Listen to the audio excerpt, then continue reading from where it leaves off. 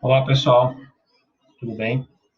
Então hoje vamos para a nossa oitava aula sobre a APPCC, que é a análise de perigos e pontos críticos de controle, que é uma ferramenta de controle de qualidade muito importante na área de alimentos, e sendo bastante usada, inclusive em serviços de alimentação. É muito usada já há alguns anos na indústria de alimentos e vem sendo muito implementada também em vários serviços de alimentação. Então, antes de iniciar, propriamente o APPCC, eu sempre deixo uma revisão das aulas anteriores. Algumas pessoas estavam com dúvidas sobre esse assunto que a gente falou na aula passada, que é sobre o código e critérios biológicos, então a gente vai dar uma revisada um pouquinho sobre isso. A gente falou do Códex, né? O que é o Códex? O Códex é a Comissão do Códex Alimentários, que é o CAC, significa, essa sigla, essa designação em latim, significa Código de Alimentos, que é um órgão estabelecido pela FAO, que é a Food Agriculture Organization, que é a Organização das Nações Unidas, da ONU, para a Agricultura e Alimentação, e pela OMS, que é a Organização Mundial da Saúde. É um órgão estabelecido em conjunto por esses dois outros órgãos internacionais para cuidar especificamente da área de alimentos, buscando estabelecer normas internacionais para alimentos, proteger a saúde dos consumidores e assegurar práticas equitativas, práticas leais, justas no comércio internacional de alimentos. Então, é um órgão que busca padronizar a produção de alimentos internacional de forma mais igualitária, mais segura e mais justa. Ok? Qual a importância do Códex, do CAC? Para os consumidores, garantir a produção de alimentos seguros, alimentos inócuos, alimentos 100% seguros, além de garantir informações sobre esses alimentos.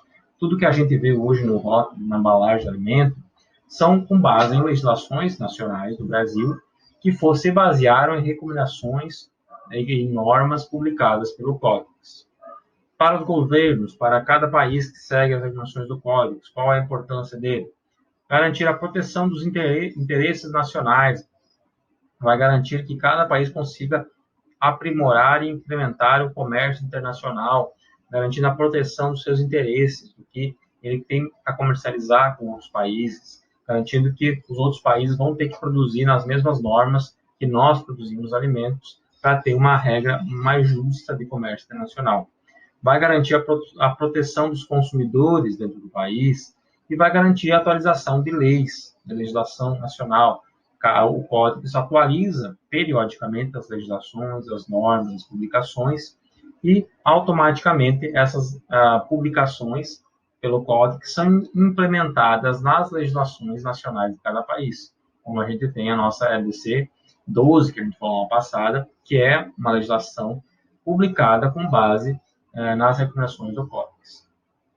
Vai garantir para a indústria de alimentos regras mais honestas de competição. Então, todas as indústrias, por exemplo, indústrias de produtos carnes, todas as indústrias no mundo devem seguir as mesmas recomendações do Códex para competir, para comercializar com outros países internacionalmente. Né? Então, isso vai garantir regras mais honestas de competição e remoção de barreiras não tarifárias, né? Remoção de barreiras que não sejam tarifas tributárias de cada país apliquem alimentos. A ampliação dos mercados, também com isso as indústrias que seguem as recomendações do Códex conseguem ampliar, né, comercializar um maior número de países de forma internacional. Relevância do Brasil no Códex. Então, o Brasil é um país grande, que produz muitos alimentos, né, grande produtor mundial de alimentos, e tem muita participação. É o maior país em tradição na América Latina, tem muita participação no Códex. Desde 68, o Brasil é associado ao Códex e participa bastante na criação de normas, nas discussões dessas normas. Tanto que o presidente do Códex é um brasileiro, Guilherme Costa, um servidor do MAPA, que já foi reeleito 3 vezes para o cargo, né? Inclusive na última eleição ele foi reeleito, já está lá por 3 mandatos como presidente desse órgão internacional. Ok? E o que é o CCAB? O CCAB é a Comitê do Códex Alimentários do Brasil. Né? Então, é o comitê interno do Brasil que segue a mesma estrutura do Comitê Internacional, tem os mesmos subcomitês, e com isso o Brasil consegue ter uma participação estruturada nas discussões, nos fóruns, porque tem os subcomitês internos que avaliam as normas, as discussões de cada subcomitê internacional, e com isso eles conseguem discutir a criação e a melhoria das normas. O Brasil participa do Códex desde 68 e estruturou o CCAB, né, o Comitê do Códex do Brasil, em 80. Então, desde 80 que tem essa mesma estrutura semelhante ao Códex Internacional, e aí consegue ter uma participação mais estruturada nas discussões e na criação de normas. Os órgãos que fazem parte do CCAB, então, fazem parte do CCAB o Inmetro, os órgãos nacionais, a Anvisa, o MAPA e o MRE. Né? MRE é o Ministério das Relações Exteriores, é o órgão que coordena, que é o ponto focal, né, de congregação do CCAB, o órgão que coordena administrativo do CCAB, administrativamente o CCAB. Os outros comitês técnicos, os subcomitês técnicos, né, como a gente vê aí, são todos subordinados aos órgãos, ou ao Inmetro, ou à Anvisa, ou ao MAPA, que é o Ministério da Agricultura, Pecuária e Abastecimento, que são os órgãos que coordenam os subcomitês técnicos. Okay? E o que são critérios microbiológicos? Então, na sequência, a gente falou do Códex, e na segunda parte da aula passada, a gente falou dos critérios microbiológicos, que é uma das recomendações do Códex, né? Uma das normas e publicações do Códex. Os critérios microbiológicos são definidos para nós, né, na nossa legislação, pela RDC 12 de 2001. Então, os critérios microbiológicos são aqueles padrões, né, entre os critérios tem aqueles padrões que a gente viu para cada tipo de alimento, que definem a aceitabilidade ou não de um alimento, baseado nos indicadores, baseado na presença ou na ausência dos micro-organismos indicadores ou patogênicos, e seus metabolismos e suas toxinas. Então, para cada alimento vai ter lá um padrão, né? Quais são os indicadores que a gente tem que analisar, quanto daqueles indicadores é possível ter no alimento, né? Quanto é permitido ter no alimento, para a gente se basear naquele padrão para aceitar ou não um lote de alimentos, saber se está aceitável ou não para o consumo. E o que compõe os critérios microbiológicos? Então, devem compor os critérios microbiológicos o plano de amostragem. Esse plano de amostragem se baseia na parte de amostragem, na parte de quais são os micro-organismos que eu tenho que analisar para cada alimento. Então, a nossa legislação já define esses micro-organismos. Na RDC 12 tem lá quais são os micro-organismos que eu tenho que analisar para cada tipo de alimento, quais são os indicadores, né, que eu tenho que analisar para cada tipo de alimento. E quais são as metodologias que eu vou usar para fazer essas análises. Então, tem as metodologias oficiais, que a gente falou também na aula passada, lá da Instrução Normativa número 62, que traz os métodos oficiais recomendados pelo Códex para cada tipo de análise em produtos de origem animal e água. E os critérios microbiológicos também estabelecem os padrões, que são os padrões para aceitação ou não de um lote. Né? Então, qual é o padrão aceitável para cada um indicador que é analisado. Ok? A gente falou, né, o que é lote. Então, o que significa lote de alimento? É um conjunto de produtos que têm as mesmas características, que são processados pelo mesmo fabricante, usando os mesmos matérias-primas em um determinado espaço de tempo, sob condições iguais. Então, um conjunto de produtos que tem essencialmente as mesmas características.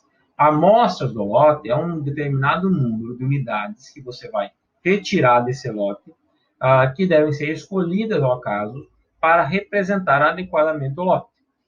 Então, essa amostragem vai depender do tamanho do lote. A gente viu lá as regras de amostragem, 5 a 10% em unidades analíticas, né? Ou em peso, tem um volume, então a gente viu lá um pouquinho dessas regras.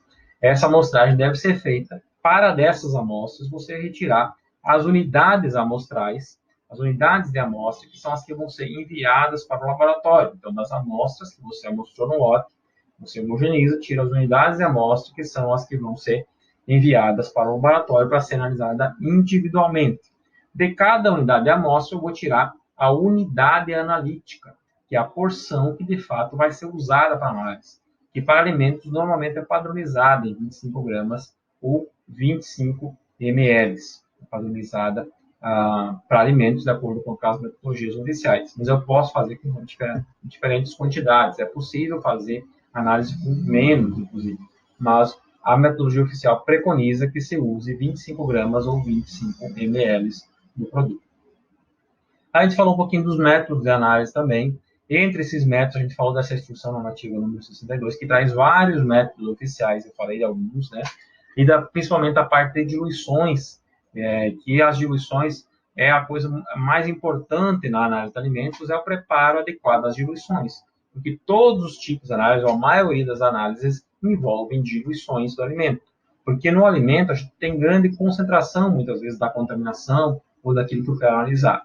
Então, para eu conseguir contar, eu tenho que fazer a prévia diluição. Por isso que a diluição está presente em todos os tipos de análise de alimentos. E aí eu coloquei aqui, porque algumas pessoas ficaram com dúvida, então eu resolvi destacar um pouquinho essa parte da diluição seriada, certo? Que a gente falou na aula passada. Então, a diluição seriada, o que significa? Deixa eu colocar aqui o marcador. Significa eu diluir meu alimento numa série, né, numa sequência de diluições de 10 em 10 vezes. Barulho passando aqui. Ok, pessoal? Então, é uma sequência de diluições de 10 em 10 vezes, onde eu parto das 25 gramas da amostra do meu alimento. Eu inicio com as 25 gramas da amostra do meu alimento, que vão ser adicionadas aos 225 ml da minha solução, né? Normalmente, essa solução é uma solução diluente, que pode ser aqueles diluentes que a gente viu na aula passada, que é aqueles diluentes que a gente viu na aula passada, certo? Mas uma solução que é bastante usada é a solução salina, que eu deixei aqui. Então, a gente prepara previamente essa solução dentro de um frasco maior, pode ser um Erlen, um Erlen, ou outro tipo de recipiente. Esteriliza essa solução, assim como todas as soluções que estão nos tubos de diluição, que devem estar estéreis previamente, antes de iniciar a análise. E a esses 225 ml da solução diluente, você adiciona a sua amostra, 25 gramas da sua amostra. Então, a sua amostra, 25 gramas, vai ficar diluída no total de 250. Se você pega 25 mais 225, vai ser um total de 250. Se tu pegar 25 gramas da sua amostra, dividir por 250, que é o volume que ela está diluída, depois da mistura, então você vai ter um resultado que é 0,1 dessa divisão. 0,1 significa a primeira diluição, 10 a menos 1. 10 a menos 1 é igual a 0,1. Por isso que a minha primeira diluição é a diluição 10 na menos 1, certo? Dessa primeira diluição, eu faço as diluições subsequentes, as diluições seguidas, certo? Tirando 1 ml da diluição anterior para 9 ml do diluente em cada um desses frascos. Se eu pego 1 mais 9, eu vou ter no frasco 10 ml. Se eu pego 1 e divido por 10, eu vou ter uma nova diluição de 10 vezes. Se aqui estava 10 vezes diluída, eu diluir novamente 10 vezes no segundo tubo, esse tubo vai estar 100 vezes diluído, porque estava 10 vezes, 10 vezes 10 vai dar 100. Então, nesse segundo tubo é 10 na menos 2, porque significa que cada ml desse tubinho tem 0,01 da sua amostra inicial. Por isso que a diluição aqui é a diluição 10 na menos 2. No terceiro tubo, eu vou diluir mais 10 vezes. Então, eu pego aqui 1 ml da diluição anterior, adiciono a 9 do diluente aqui, e vou diluir 10 vezes. Então, aqui vai estar 100, estava já 100 vezes diluída, vezes as 10 vezes que eu diluí, aqui vai estar 1000 vezes diluída, por isso que é 10 a menos 3. No quarto tubo, adiciono 1 ml para o quarto tubo, diluo mais 10 vezes. Estava 1000 vezes diluída, vezes 10 vezes de diluição, eu vou estar aqui 10.000 vezes, por isso que é 10 na menos 4. Depois, no quinto tubo, já vou diluir mais 10 vezes. Estava 10.000 vezes diluída, vou diluir mais 10 vezes, vai ficar 100.000 vezes diluída. Por isso que é 10 na menos 5. No sexto tubo, vou diluir 10 vezes novamente. Já estava 100.000 vezes diluído. 100.000 vezes 10 vai dar 1 milhão. Aqui vai dar 1 milhão de vezes diluído o meu alimento, certo? Então, vai ser a diluição 10 na menos 6. Eu posso fazer, inclusive, mais diluições, dependendo do nível de contaminação que eu tenho no meu alimento. Quando eu não sei quanto tem no meu alimento, eu diluo 6, 7, 8 vezes, coloco todas as diluições na placa, que está mostrando aqui, e vejo qual é a diluição mais apropriada para a contagem.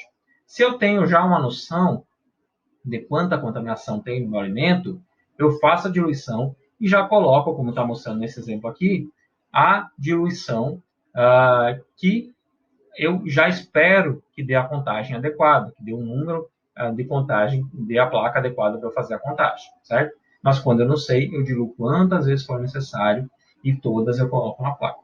Então, aqui embaixo, lá do lado direito, está mostrando isso. Então, aqui tem várias diluições, né, da 10 a menos 1 até a 10 a menos 6. Como eu não sabia qual era o nível de contaminação que eu tinha nessas diluições, eu coloquei todas elas em placa, 1 ml de amostra de cada diluição na placa de PET, na placa com meio de cultura específico para crescer aquilo que eu estou analisando. Se eu estou analisando salmonela, eu uso meio de salmonela. Se eu estou analisando estafilococcus, eu uso meio para estafilococcus. Se eu estou analisando aeróbios mesófilos totais, eu uso meio para aeróbios mesófilos totais. Se eu estou analisando bolores e leveduras, eu uso meio para bolores e leveduras. Eu uso meio específico para cada tipo de análise que eu estou fazendo. Eu coloquei 1 ml aqui na placa de cada um desses tubinhos que eu diluí, certo? Nas primeiras diluições, como a gente vê, tem muita colônia, né? O que significa colônia, primeiro? Significa colônia é um agregado de células que cresceram a partir de uma única célula que deu origem. Então, cada célula que estava lá no início do alimento, depois diluída, caiu no meio de cultura, vai formar um conjunto de células das bactérias, ou enfim, daquilo que você está analisando, próximo a ela, formando uma pequena colônia, que vai formar uma bolinha no meio da cultura, de diferentes cores e aspectos, de acordo com a espécie que você está analisando, certo? Então, essas bolinhas que eu vou contar. Nas primeiras diluições, ficou um número muito alto de colônias, ficou muitas colônias na placa, então é impossível contar. Nas últimas diluições, a última nem cresceu nada, estava tão diluído que ficou pouca coisa. Naquele 1 ml que eu peguei, não tinha nenhuma colônia, não tinha nenhuma célula para formar uma colônia. Nas outras diluições, deu 2, deu 17. Então, é um número baixo, não considero para contagem. Porque eu considero um número adequado para contagem quando tem entre 30 a 300 colônias. Porque se tiver abaixo de 30, é estatisticamente errado eu fazer a contagem. Eu posso até fazer, mas não é seguro estatisticamente. Acima de 300, vai ficar muito próximo às colônias, eu não vou conseguir diferenciar uma da outra. Então, eu vou ter um erro na contagem também. Então, é adequado eu contar entre 30 a 300. Então, dessa sequência de placas, a placa que deu um número entre 30 e 300 foi a terceira diluição. Deu 159 colônias, certo? Então, é essa aqui que eu vou usar para fazer o cálculo. Eu desconsidero as outras mais diluídas ou menos diluídas e vou considerar essa diluição para fazer o cálculo, para saber quanto tinha de contaminação lá no meu alimento, né? Cada grama daquele meu alimento que eu estou fazendo a análise. E aí, como que eu faço o cálculo? Coloquei aqui do lado, explicando sobre o cálculo. Então, o UFC por grama é igual ao número de colônias, o número de bolinhas que eu contei na placa, vezes o fator de diluição. O fator de diluição é a diluição que eu fiz. 10 na terceira, 10 na quarta, quantas vezes eu diluí, certo? Dividido pelo volume da amostra, porque eu posso pôr diferentes volumes da amostra na placa.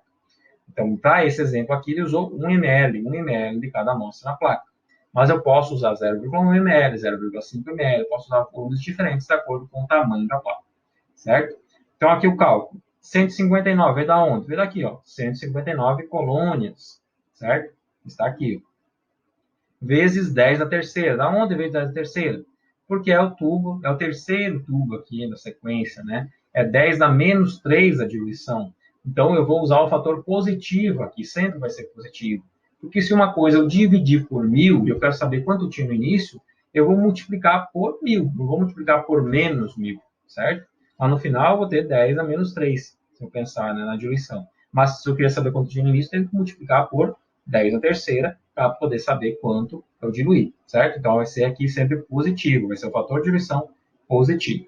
Dividido pelo volume da amostra, que nesse caso é 1. Então, o número dividido por 1 vai ser sempre ele mesmo.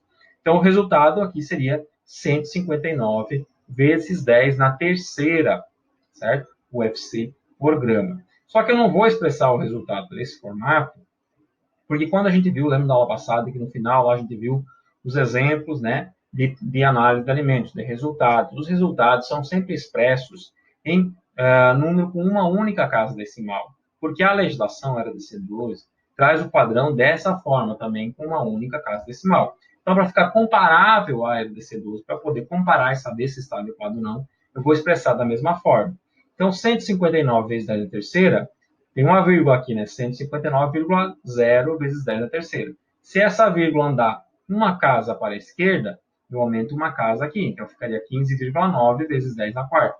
Se eu andar com a vírgula mais uma casa para a esquerda, vai ficar 1,59 vezes 10 na quinta. Eu aumento mais uma casa no expoente, certo? Então, por isso que o resultado é 1,59 vezes 10 na quinta UFC por grama, certo? Que é o que ele colocou aqui, ó, nesse exemplo aqui, certo? Então, significa o que é isso aqui? Que cada grama do meu alimento vai ter 1,59 vezes 10 na quinta UFC. Cada grama.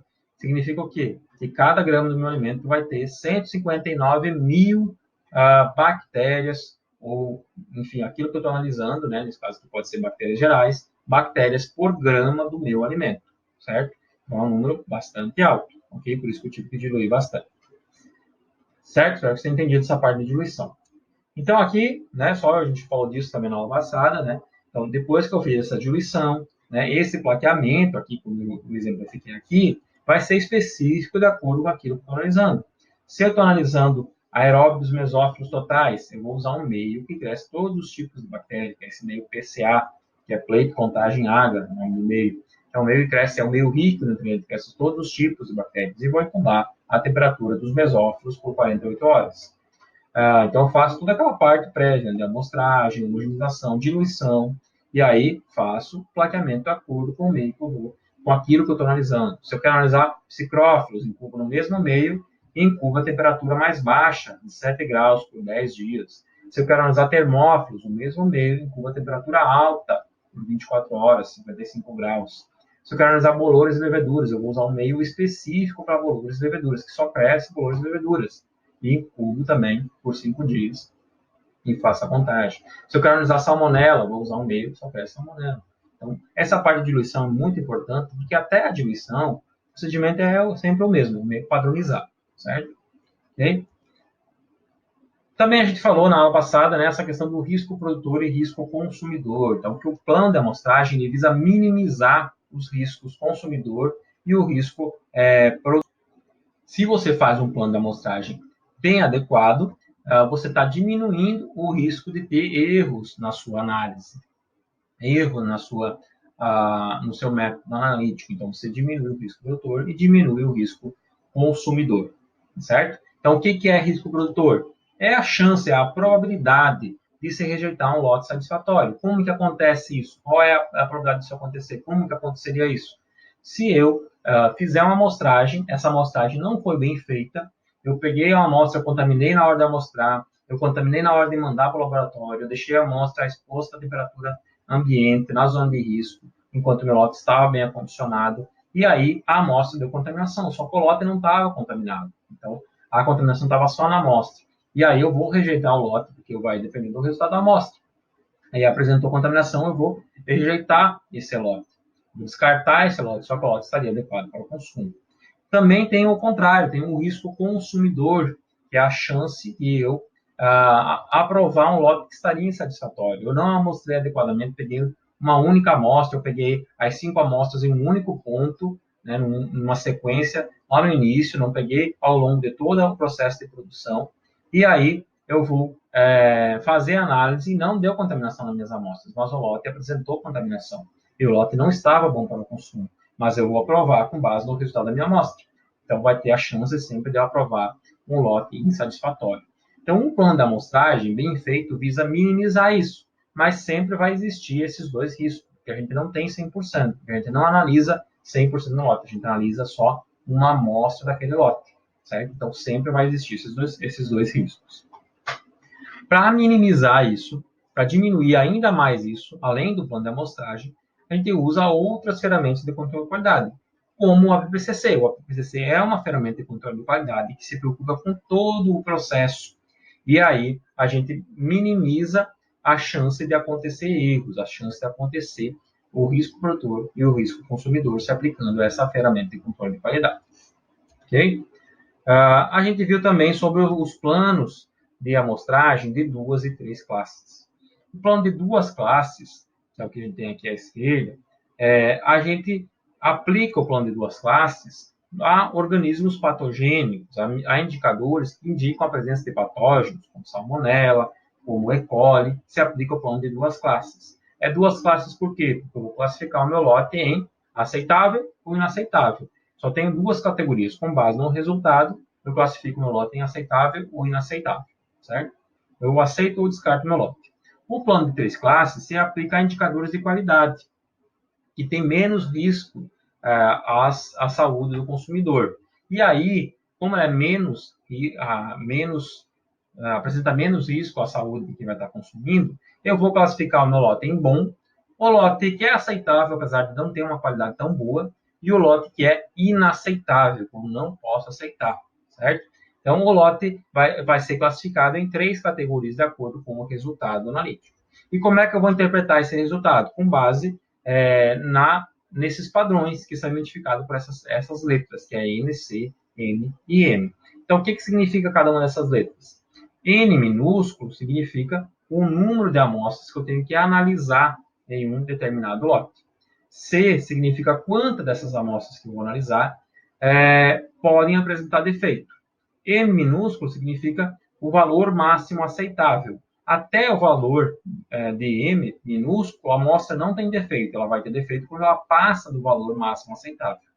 E o N maiúsculo, que só tem no plano de três classes, é o valor máximo inaceitável. Acima desse valor de N maiúsculo, qualquer amostra ou lote que apresentar acima desse valor de N maiúsculo, o lote tem que ser descartado. Ok? Então vamos a um exemplo para ficar um pouco mais claro essa interpretação desses resultados. E aí eu tenho aqui o exemplo de carne de seri cozida e congelada. Esse é o meu produto. Para esse produto, a legislação, a LTC12, estabelece que eu tenho que fazer três análises. Eu tenho que analisar coliformes A45, que é o mesmo coliformes termotolerantes, que é os mesmos coliformes fecais, que é esse coliformes A45. Tenho que analisar Staphylococcus coagulase positiva e tenho que analisar salmonela. Então, eu tenho que fazer três análises, tenho que olhar o resultado das três análises para poder saber se o lote é ou não adequado para o consumo. Então, aqui do lado direito eu tenho os padrões das três análises que eu tenho que fazer. Então, para coliformes A45, eu tenho que analisar 5 amostras, N igual a 5. Duas delas podem apresentar defeito, certo? Quando que essas duas vão ter defeito? Quando elas passam do valor de M minúsculo. Então, quando está acima desse valor de M minúsculo, que no caso aqui é 10, essa amostra tem defeito. Abaixo, está ótimo, não tem defeito. Acima, tem defeito. Quando que é um defeito inaceitável? Quando passa do valor de M maiúsculo, então acima de 5 vezes 10. Passou de M maiúsculo, é um valor inaceitável para o lote. Então, vamos aqui para o primeiro resultado. Amostra 1, 1,2 vezes 10. Passa do valor de M minúsculo, passa de 10? Sim, 1,2 vezes 10 é 12. É maior do que 10, certo? Então, tem uma das amostras que pode ter defeito. Pode ter duas, eu já tenho uma, certo? Amostra número 2, 2 vezes 10. Passa do valor de 10? Passa do valor de 10, certo? Então, também tem defeito. Eu tenho as duas que podem apresentar defeito. Até aqui tudo bem. Tem duas amostras defeituosas. 3, 8. 8 é maior que 10? Não. Então não tem defeito. Tá ótimo. Amostra 4, 2. 2 é maior que 10? Não. Então também não tem defeito. Amostra 3. 3 é maior que 10? Não. Então também não tem defeito. Então eu podia ter duas amostras defeituosas. Eu tenho aqui duas amostras defeituosas. O lote é bom? O lote é ótimo. O lote é bom. É aceitável. Certo? Não é o lote ótimo, porque eu tenho duas amostras defeituosas. O lote ótimo seria que nem tivesse nenhuma defeituosa. Mas é um lote com aquela qualidade intermediária que é aceitável para o consumo. Ok? Para esse parâmetro. Vamos para o segundo parâmetro analisado. O segundo parâmetro é Staphylococcus coagulase positivo.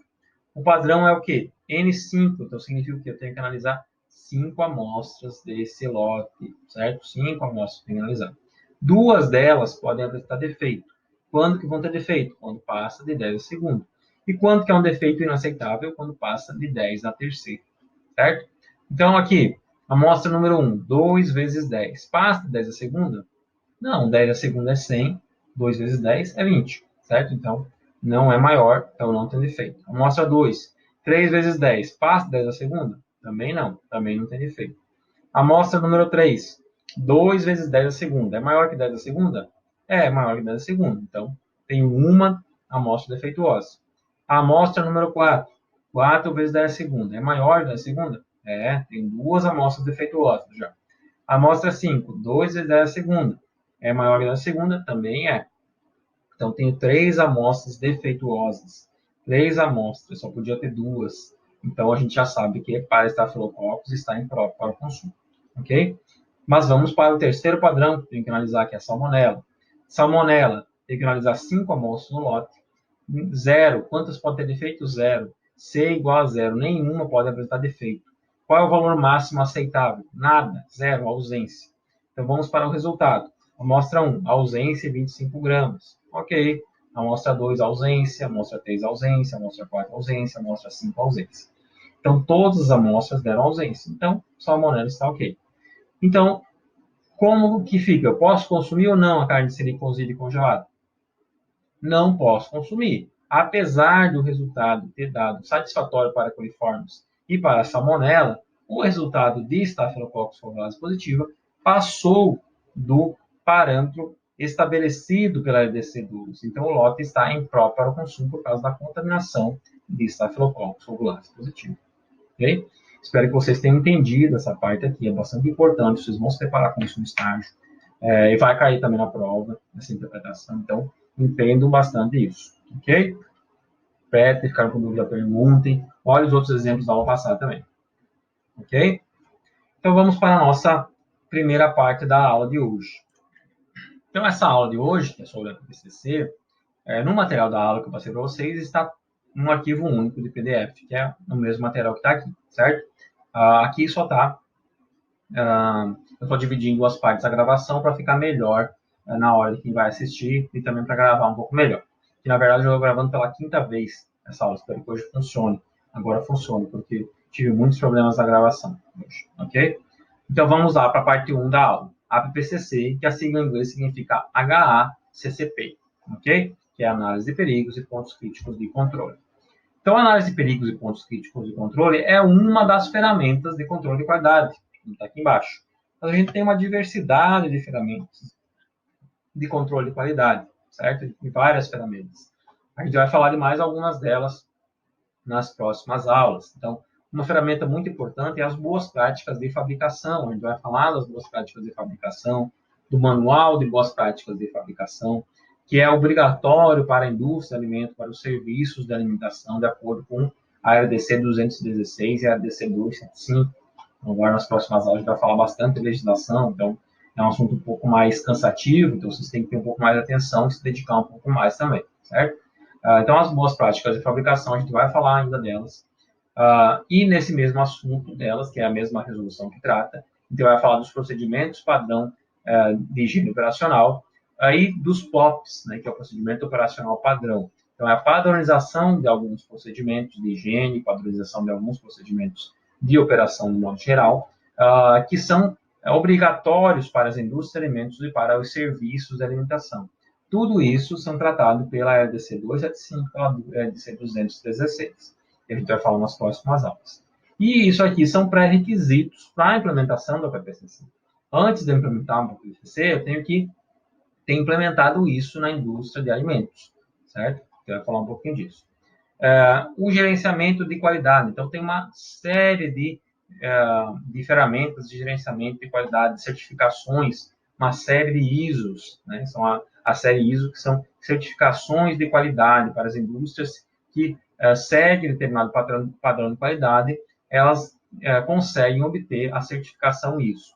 Para a indústria que usa, que tem implementado o APPCC na sua linha de produção, ela consegue obter a ISO 22000, que é uma ISO específica para a indústria de alimentos, que garante a qualidade do alimento da fazenda até a mesa do consumidor. Por isso que está a frase aí, farm to fork, né? Que seria da fazenda ao garfo, mas que seria, então, da fazenda, lá do início da produção até o consumidor. Então, a indústria que implementa o PPCC é uma ferramenta que fornece uma estrutura para controle de qualidade em todas as etapas da cadeia produtiva. Por isso que a indústria que tem o PPCC consegue obter a certificação ISO 22000, se tiver implementado corretamente, ok? Então, falar um pouquinho do que é o APPCC.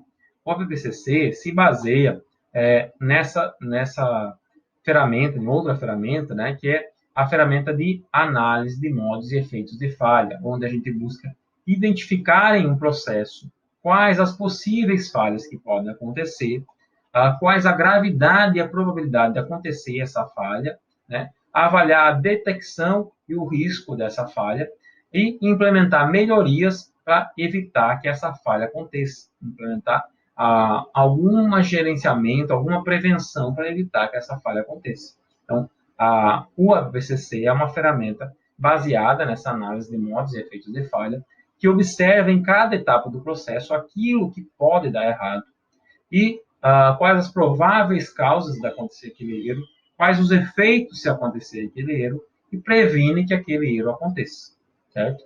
E estabelece mecanismos para controle prévio do processo, para controlar previamente o processo, evitando a ocorrência dessas falhas, evitando a ocorrência desses erros.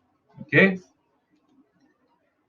Então, qual é a filosofia da APPCC? Prevenção, né? A APPCC se baseia na prevenção, prevenir a ocorrência de erros, né? Então, a diferença dos critérios microbiológicos, que os critérios microbiológicos analisam a qualidade final de um lote. Se o lote estiver bom, adequado. Se o lote estiver ruim, descarta. Isso tem um custo muito grande para quem está produzindo. Se não usar nenhuma outra ferramenta, se basear simplesmente nos critérios microbiológicos, né? Se não usar nenhuma outra ferramenta de qualidade, no final vai ter muitos produtos defeituosos, vai ter muitos lotes defeituosos, vai ter que descartar muito produto, isso vai ter muito custo. Isso implica competitivamente na empresa, ela pode inclusive ir à falência se não implementar essas ferramentas de controle de qualidade. Então, o APPCC se baseia na prevenção, evitar erros, evitar falhas. Então, é um método mais racional, mais econômico, né? Você vai evitar a ocorrência de erros e se baseia na especificidade, porque é um método aplicado especificamente diferentes APPCCs têm que ser implementados para cada tipo de produto. Então, ele visa controlar o risco que envolve um alimento, controlar a ocorrência de um perigo. Então, o risco é a porcentagem de chance de ocorrer um perigo. Então, visa controlar esse risco, principalmente relacionado à qualidade sanitária do produto, né, à segurança alimentar do produto. Fornece uma estrutura para monitorar o sistema de produção, fornece uma sequência lógica para você monitorar com o seu sistema de produção, desde a colheita no campo até o consumo final. Identifica e controla possíveis problemas antes que eles aconteçam, controla possíveis problemas prévios, né, antes que aconteça aquela falha, ok? Então, falando um pouquinho de qualidade, né, o que é qualidade para vocês, né? Então, qualidade é uma sequência, um conjunto de atributos. Eu posso ter diferentes qualidades, qualidade sensorial, qualidade nutricional, qualidade de segurança sanitária, né? Qualidade em diferentes aspectos, certo? Então, pode ser que tenha um produto que tenha qualidade sensorial, mas não tenha nenhuma qualidade nutricional, né? Então, no APPCC, a gente busca ter um produto com qualidade global, né? Ver quais todos os riscos envolvidos, quais todos os perigos, e controlar a ocorrência desses perigos, evitando a ocorrência, né, a chance de acontecer esse perigo, evitando o risco de acontecer esse perigo, e tem um produto com qualidade global, né, dos aspectos sensoriais, de segurança e nutricional do produto.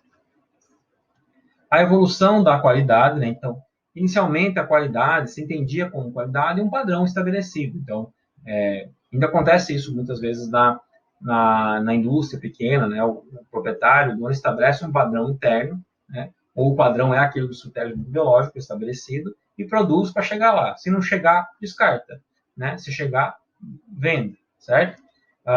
Mas aí começou a se entender que a qualidade deveria ser satisfazer a qualidade, o mercado consumidor. Não importa aquilo que eu gosto, que eu estou produzindo, não importa o meu gosto, não importa para quem eu vou vender. Então, eu vou produzir para atender a satisfação do consumidor. Mas, ainda assim, se eu me basear simplesmente na inspeção final do produto, como é os critérios microbiológicos, vai ter muitos lotes defeituosos e eu vou ter um alto custo de descarte com esses produtos defeituosos.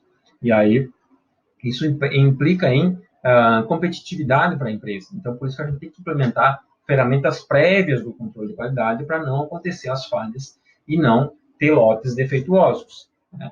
Então, O terceiro conceito de qualidade é baseado na satisfação do consumidor, que é isso que a gente visa, minimizando a ocorrência de erros e diminuindo os custos para a empresa, né, oferecendo vantagens competitivas, né? Então, o APPCC se baseia nesse programa de qualidade total do alimento, né, com uma visão perspectiva das necessidades do consumidor e uma vantagem competitiva para a empresa, né, porque a gente vai ter menos lotes defeituosos, isso vai ser uma vantagem para a empresa que está produzindo, seguindo as normas do APPCC. Ok? Então, qual a diferença da APPCC e critérios microbiológicos? A gente falou na aula passada e que eu tenho falado aqui um pouquinho, né? Qual é a diferença dessas duas ferramentas de controle de qualidade? São duas ferramentas de controle de qualidade. A diferença é que o APPCC controla a qualidade do processo como um todo, busca prevenir a ocorrência de perigos, né, fazer ações corretivas prévias antes que aconteça alguma falha, algum desvio, identificar e corrigir antes que aconteça, para que no final você tenha um produto dentro do padrão estabelecido pelos critérios microbiológicos. Os critérios microbiológicos estabelecem um padrão final do produto, né? Um padrão mínimo que deve ser seguido para o produto ser aceitável. E muitas vezes os critérios são usados, né, para eu verificar se o APPCC está funcionando. Se eu produzir um produto com base no APPCC, no final faço uma análise, se chegou de acordo com o padrão estabelecido pelos critérios microbiológicos, significa que o meu APPCC está funcionando adequadamente, cumpriu com o seu objetivo, que era controlar o processo para que no final eu tivesse um produto dentro do padrão estabelecido, certo? Então essa é a diferença dos dois, que o APPCC é uma ferramenta de controle do processo e critério microbiológico é um padrão final, né? É um padrão de qualidade final do produto, ok? Então, o APPCC garante a segurança alimentar, né, em toda a cadeia produtiva, controle efetivo de toda a cadeia produtiva dos alimentos. Então, tem os programas de pré-requisitos que são importantes serem estabelecidos, que garantem lá que o agricultor vai seguir as normas adequadas na produção dos produtos de origem vegetal ou animal, que o transporte até a indústria dessa matéria-prima vai seguir também normas adequadas, para que a indústria receba uma matéria-prima dentro de um padrão aceitável para conseguir elaborar os produtos, seguindo as boas práticas de fabricação, seguindo os POPs, os PPAs-HOs, e no final, essa indústria entregue um produto para o distribuidor que atenda os critérios microbiológicos, e o distribuidor transporte de maneira adequada para o comércio comercialize de maneira adequada, tendo os cuidados necessários para que chegue à mesa do consumidor dentro do padrão estabelecido pela legislação. Então, é um programa que busca controlar todas as fases da cadeia produtiva. Então, a PCC se preocupa com todas as fases da cadeia produtiva dos alimentos. Ok? Então, aqui, um outro conceito da PPCC, né? Então, é a análise de perigos e pontos críticos de controle. É um sistema de análise que identifica perigos específicos, perigos que acontecem em cada etapa específica do processo, quais são as medidas preventivas para que esse perigo, para controlar esse perigo, para que esse perigo não aconteça, objetivando garantir a segurança alimentar do produto final. É um sistema proativo, porque é de prevenção, né, de prever a falha que pode acontecer e controlar ela antes que ela aconteça. É um sistema focado, né, um sistema focado nos pontos críticos. Quais são os pontos críticos? Aonde eu tenho que controlar especificamente para que não aconteça a falha? É um sistema lógico, porque vai evitar o descarte desnecessário de produtos, vai garantir uma vantagem competitiva para a empresa, e é um sistema legal, né, baseado na legislação, né, baseado nesses padrões estabelecidos, né, na legislação e nas recomendações do Códex, que garantem que a empresa segue as recomendações, a legislação e garante vantagem competitiva à empresa, conseguindo comercializar melhor e garantindo a qualidade e segurança alimentar dos produtos produzidos por elas. Então, o APPCC se baseia muito em cima do fluxograma. Quando a gente fala dos princípios do APPCC, a gente vai ver que fala da identificação desses perigos com base no fluxograma. Então, o que é fluxograma? É uma sequência de etapas, específicas, né, na elaboração de um processo, de qualquer processo, fluxograma, A gente está falando aqui de alimentos, então é a sequência de etapas da elaboração de um alimento, certo? Então eu vou descrever qual é essa sequência de etapas, vou buscar identificar em cada etapa qual é o perigo que está acontecendo, qual o perigo que está acontecendo em cada uma dessas etapas, certo? Vou identificar os perigos que tem em cada uma etapa, vou identificar quais são as medidas de controle para esses perigos de cada etapa e vou, com base nessas medidas de controle, eu vou tentar identificar quais medidas de controle são pontos críticos.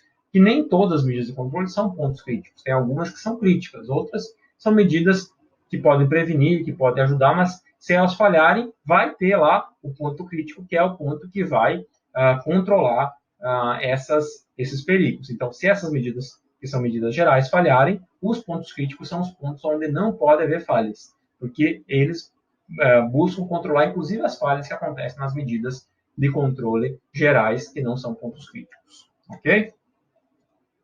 Então, o objetivo, né, do OPPCC é auxiliar as organizações, as indústrias, a focar nas etapas do processo que são críticas, né, nas condições de produção que são críticas para a segurança dos alimentos. Quais são os pontos que não pode haver falha? Então, a gente tem que identificar isso num fluxograma de produção. E aí estabelecer limites, estabelecer sistema de monitoramento, medidas de controle, que a gente vai falar um pouquinho mais nessa sequência da aula de hoje.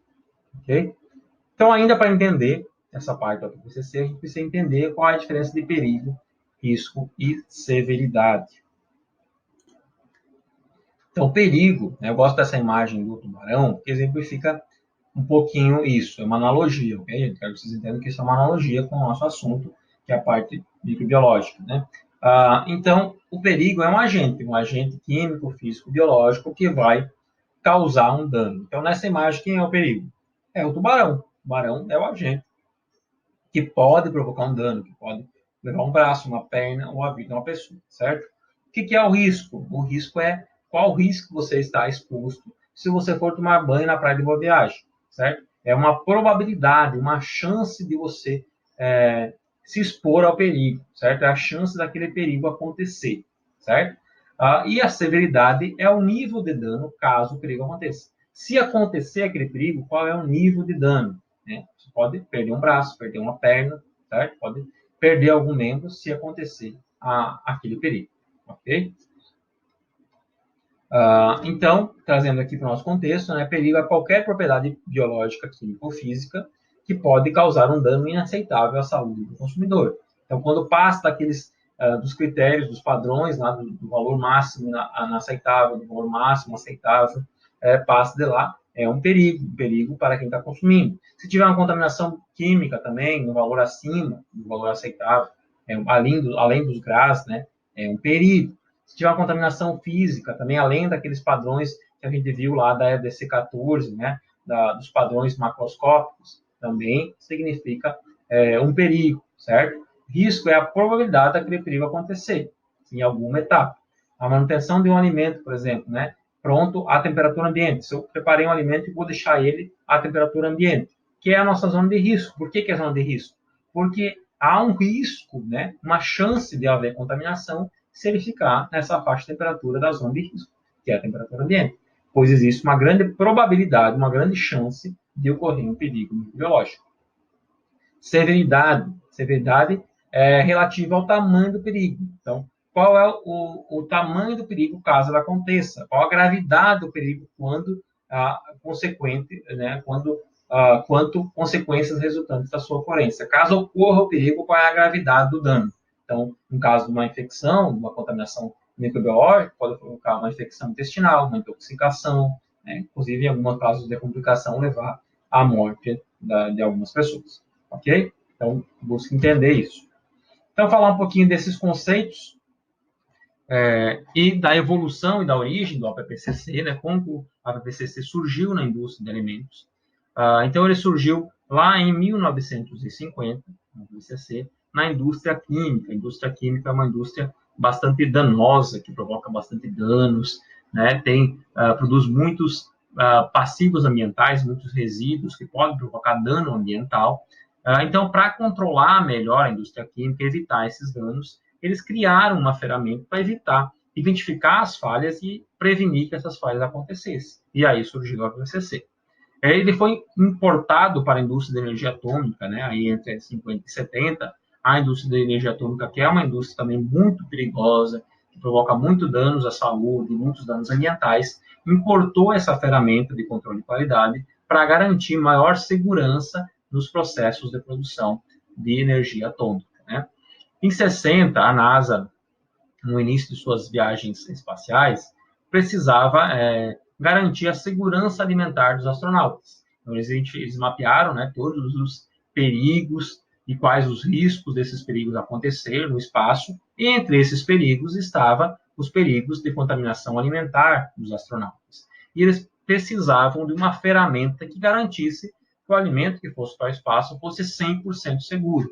Mas baseado simplesmente na análise final de um lote, né, da produção de um lote, nos critérios metodológicos, né, ou pegar um lote de produto, analisar uma amostra, não tinha certeza que aquele lote estava adequado, porque não existe o 100%, sempre vai existir aquele risco consumidor e aquele risco produtor que a gente falou na aula passada, que a gente revisou hoje, certo? Sempre vai existir isso, porque eu vou analisar uma amostra, não vou analisar o lote como um todo. Não tem como analisar 100%, senão não ia sobrar nada para eu vender ou para eu consumir, certo? Então, preocupada com a segurança alimentar, a NASA contratou essa empresa, essa companhia Pillsbury, para desenvolver um método que garantisse maior segurança dos produtos que fossem enviados para os astronautas.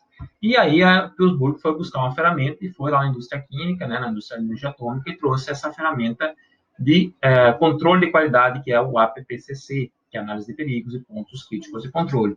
Ela usou isso na produção dos alimentos para os astronautas e, em 73, ela publicou isso, né, escreveu um documento, né, um trabalho publicando sobre o uso de APPCC na indústria de alimentos.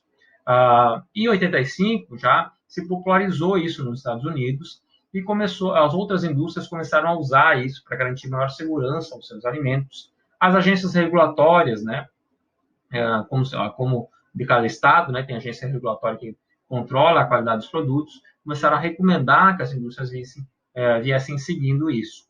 E em 90, a FDA, que é relativa à Anvisa aqui no Brasil, que é a Food and Drug Administration, estabeleceu que o APPCC era obrigatório para todas as indústrias de alimentos nos Estados Unidos. E a partir disso, em 93, o Codex viu, né, essa experiência que estava acontecendo nos Estados Unidos e viu que era muito importante o APPCC ia garantir maior controle de qualidade nos alimentos de forma geral e incorporou o APPCC ao seu códex, né, ao códex, incorporou guia de aplicação e implementação do APPCC nas indústrias de alimentos ao códex e passou a recomendar isso para todos os países que são associados do códex, ok? Então, a partir dessa recomendação do códex, o Brasil, em 93, né, através do MAPA, que é o Ministério da Agricultura, Pecuária e Abastecimento, estabeleceu as normas e procedimentos para a implementação do PPCC, inicialmente na indústria de pescados, que é uma indústria de produtos bastante perecíveis, né? Então, se estabeleceu inicialmente para esse tipo de indústria. Em 94, o Ministério da Saúde, através da Anvisa, que a Anvisa é um órgão do Ministério da Saúde, estabeleceu a obrigatoriedade do PPCC para todas as indústrias de alimentos. E aí, a partir daí, vem se implementando. Hoje, a maioria das indústrias usam a PPCC, indústrias locais, pequenas, que não usam, mas a maioria das indústrias usam, e vem sendo muito usado também por serviços de alimentação. O MAPA, em 98, estabeleceu, né, um manual para a implementação do PPCC em indústrias de produção de bebidas e vinagres. Em 98, também o MAPA estabeleceu um manual para aplicação e implementação do PPCC nas indústrias de produtos de origem animal, né? Então, isso começou a aumentar, né, o uso disso nas indústrias. Hoje, a maioria das indústrias usa, como falei, vem sendo implementado nos serviços de alimentação, principalmente serviços de alimentação de redes, né? As franquias, né, desses fast foods, de modo geral, usam bastante isso, e muitos outros serviços de alimentação vêm usando. A partir de 2005, né, já existia a série ISO, né, a série de controle de ferramentas de gestão de qualidade da ISO, e surgiu a ISO 22000, que é uma ISO que garante a certificação para indústrias de alimentos que garantam a segurança alimentar da fazenda ao garfo, né, farm to fork, lá do campo à mesa do consumidor. E essa certificação é baseada no APPCC, o elemento-chave da certificação, para você obter a certificação do 22000, para a indústria obter esse certificado, ela tem que ter o APPCC implementado. E com essa certificação, ela amplia seus mercados, ela consegue comercializar para mais locais, né? Melhora e garante maior segurança alimentar para quem está consumindo. Ok? Então, a gente vai falar um pouquinho agora da sequência de implementação. Quais são os passos para a implementação do APPCC na indústria de alimentos, certo? Essa sequência de implementação se baseia em 3 etapas. São programas de pré-requisitos, que têm que ser previamente estabelecidos, têm que ser previamente implementados na indústria, antes de você elaborar o APPCC, antes de você pensar em implementar o APPCC na indústria, ela tem que estar implementado esses programas de pré-requisitos. Depois tem as etapas preliminares da implementação do APPCC e depois tem uma sequência de 7 princípios do APPCC. As etapas preliminares são 5 passos e são 7 princípios. Então, a totalização aqui de 5 passos mais 7 são 12 passos de implementação. Essa é a sequência recomendada pelo Códex para você implementar o APPCC dentro de uma indústria de alimentos. A gente vai falar um pouquinho disso para vocês terem noção como que acontece se vocês forem trabalhar com essas ferramentas de controle de qualidade, ok? É importante lembrar que o APPCC surgiu inicialmente na indústria, mas que sua aplicação é possível em qualquer organização da cadeia produtiva de alimentos. Ele pode ser aplicado não só à cadeia de alimentos, né, como a gente viu também em outras indústrias, mas para a área de alimentos pode ser aplicado a qualquer cadeia produtiva de alimentos, ok? Então, quais são esses programas de pré-requisitos? Então, esses programas de pré-requisitos são os programas de boas práticas de fabricação, como a gente já falou, que a gente vai ver isso ainda, né, na nossa próxima aula, as boas práticas de fabricação, manual de boas práticas, os POPs, os procedimentos operacionais, procedimentos padrões de higiene operacional, né? Então, quais são esses itens obrigatórios para a indústria? Então, tem lá a RDC 275, que estabelece como deve ser o manual de boas práticas para a indústria de alimentos. Quais são os POPs e IPPs HOs obrigatórios para a indústria de alimentos? Tem outra RDC, que a gente vai falar também, que é a 216, que é o Manual de Boas Práticas em Serviços de Alimentação, e quais são os POPs obrigatórios no serviço de alimentação. Então, isso tem que ser implementado antes de você implementar o APPCC, né? Então, todas essas regras de controle de qualidade, sobre padronização da estrutura física, controle dos manipuladores, higiene, saúde dos manipuladores, controle de pragas e vetores, tudo isso entra no manual, a gente vai falar na próxima aula, tem que ser previamente implementado antes de você implementar, antes de você pensar em implementar o APPCC, isso tem que estar funcionando perfeitamente dentro da indústria, para aí você pensar em implementar o APPCC, ok? Além da indústria, né, como a gente falou, o APPCC se baseia no controle de qualidade de todas as fases da cadeia produtiva. Então, a indústria, além de se preocupar em implementar as boas práticas dentro da indústria, ela tem que se preocupar com que está fora do seu controle, né? Com seus fornecedores, com seus distribuidores e comercializantes, certo? Então, tem que ser implementado também no programa de pré-requisitos as boas práticas agrícolas e as boas práticas pecuárias, né? Então, a indústria tem que se preocupar, eu sou uma indústria que produzo queijo coalho, então eu tenho que me preocupar com os meus fornecedores de leite, eu tenho que monitorar os meus fornecedores de leite, eu tenho que orientar os meus fornecedores de leite, se eles usam as boas práticas, o que são essas boas práticas, quais são os cuidados, os POPs, né, os procedimentos operacionais para a ordenha do animal, para ter uma ordenha higiênica do animal, a lavagem e higienização do uso do animal. Se é uma produção de gado de leite, quais são os medicamentos, né, que o meu produtor pode usar no seu gado, nas vacas produtoras de leite, se elas ficarem doentes, sem oferecer risco de contaminação aos consumidores, né? Então, tem lá quais são os medicamentos considerados seguros e aprovados para uso em gado de leite. Existe isso, né? Que é os medicamentos considerados GRAS. Tem uma dose desse medicamento que pode ser usado para esse gado, não posso exceder essa dose.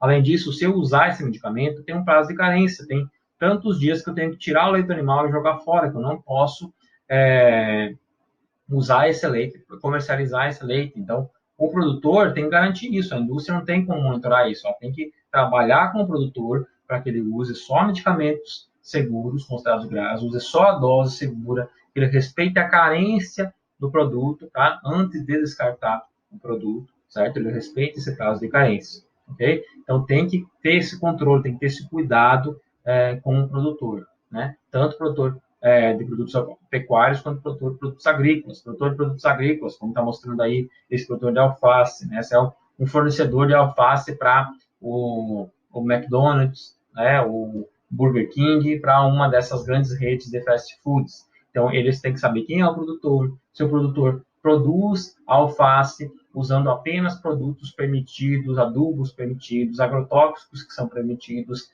se ele respeita a dose que é segura desse agrotóxico, se após aplicar o agrotóxico ele respeita o prazo de carência antes de colher a alface para fornecer a essa indústria, a essa empresa, né? Enfim, ele tem que saber se as práticas estão funcionando. Isso tem que ser previamente implementado. Então, a indústria tem que se preocupar com seus fornecedores também, ok?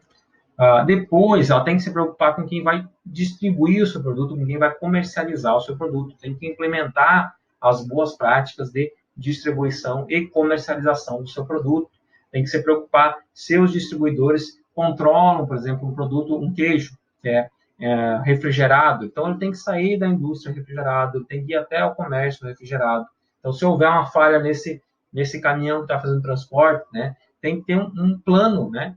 Quebrou um caminhão, no meio da estrada. Então, tem que ter um caminhão reserva para chegar lá, transferir o produto antes que o produto aqueça, fique na zona de risco por uma contaminação, né? Então, tem que ter todo um planejamento. As boas práticas de distribuição têm que ser implementadas antes de você pensar na BPCC. No comércio, a mesma coisa.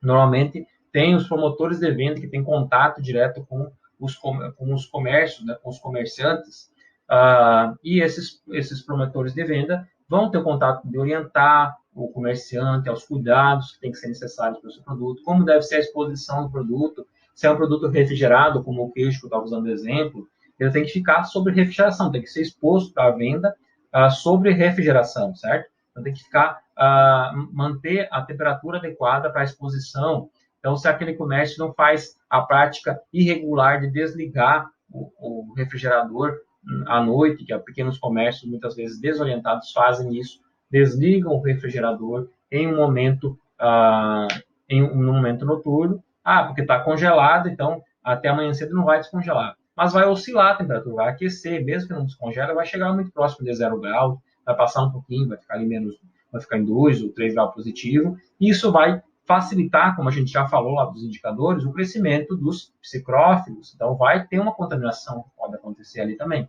Então, tem que ter orientação e tem que estar implementadas as boas práticas de comercialização também, certo? Porque o APPCC se baseia no controle de qualidade de toda a cadeia produtiva de alimentos. Então, a indústria aqui, central, ela é responsável por toda a cadeia produtiva, certo? Se você for no mercado comprar um iogurte, diferente marca, né? For lá comprar um iogurte, chegar em casa, consumir aquele iogurte e ter algum problema, né? Ter uma intoxicação alimentar, uma infecção intestinal.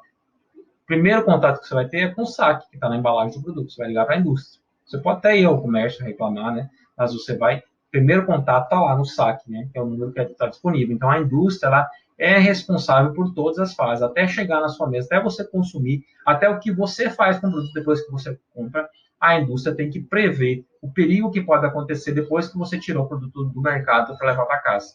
Então, ela prevê isso. Por isso que a gente usa, mesmo produtos que são refrigerados, eles usam aditivos para controle, né, mesmo que o produto fique um pequeno tempo exposto à temperatura ambiente. Por isso que são usados aqueles aditivos químicos para esse tipo de controle, certo?